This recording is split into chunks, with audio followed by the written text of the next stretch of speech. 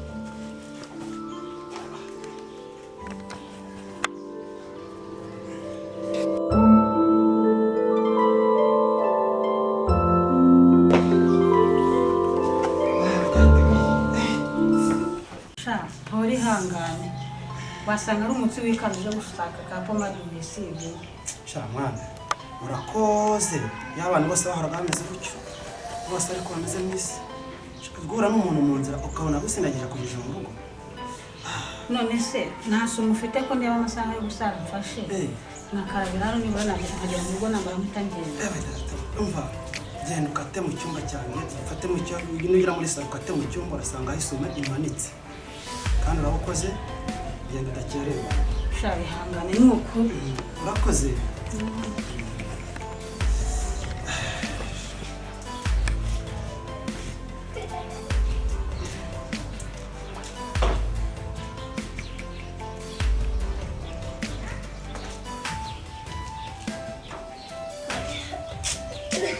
Hey! Wakwihanganye ko nta munsi utakoze ukazi kasindagiza ukamara kuri iri zuba ukanjyana mu nzu urabukoze kandi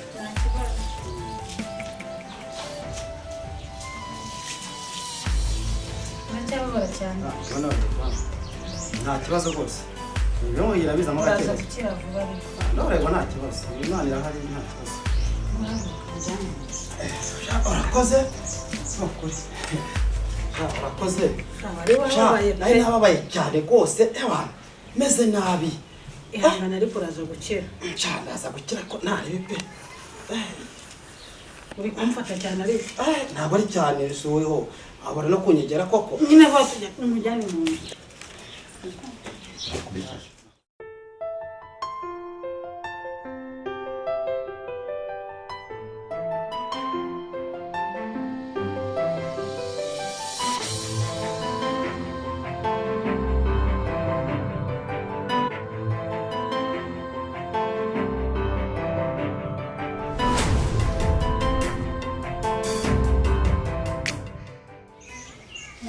mwana reka mbe ntashye ukomeze wihangane izi silipa zawe ndazijyanye ndaza kuzigara mvuye gusara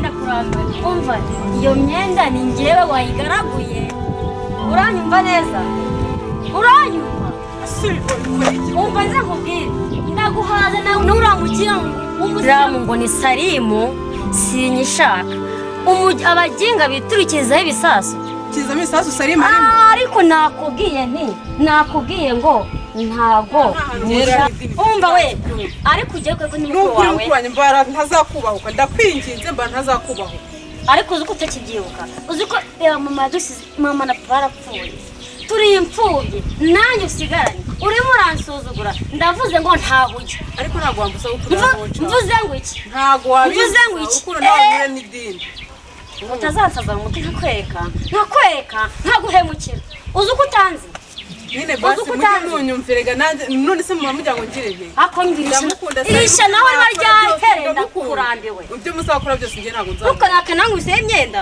urandi ndebera uzongera unayambare nzakwereka ariko nako hoya nzongere gusa kubonane n'iriya yegera y'umusiramu abantu bitukizaho ibisasu hoya ntago mbashaka akuze n'ikindi uzakundana n'uwo nzashaka indi njyewe nzongere mbabonane wakishe Salimu ndamukunda kandi nzaye najya mu ndahise nkimukunda karakana ni Salimu ngendo kangeza aha buriya rero nta gihinduka none mwakora byose Salimu nzamukunda kugeza gupfa kandi tuzana abantu uranyumvirisha nodi tegaza nkubwire washano nzongera kubona niranga ngo ni Salimu nzakwereka ibyo mwigira byose umva mwakora cyose ndakubwira ngo nzongere mbabonane nzakumenya ariko uzi n'ikindi ngiye gukorera ikintu kibi byose bizafata ubusa niba utaruhuye ishanura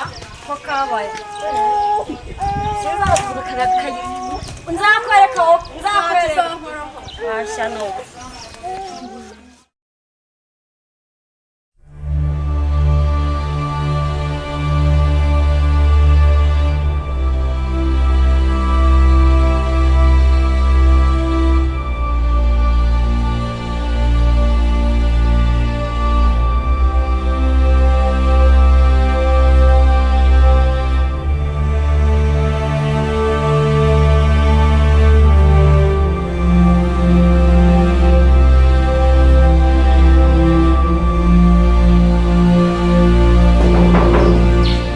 Wakinze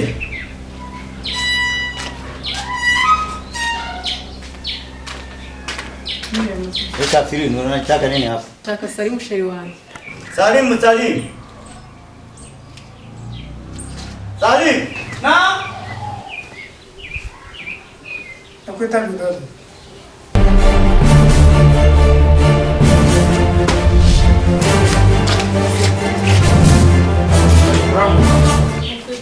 Salim. Naam. Mukafiri mwamenye nyimwe. Ako papa uburamu n'iki kubona arakunze Naomi nibyo bitumye umubita koko idini ritwigisha ntabwo idini rishaka ngo umuntu nuko ari umukristo ngo nuko ari iki ntabwo reba amoko isura idini ndetse n'ibindi Naomi ndamukunda kugeza n'ubu ngubu nushaka kuzanyushana nawe pe kandi ndamukunda kuba ari umukristo rero ntabwo bivuze ko nakomeza gukunda Yemko ntabwo mushaka nongera kubona hano nzagutemana na Salim soka ahubwo je we kafi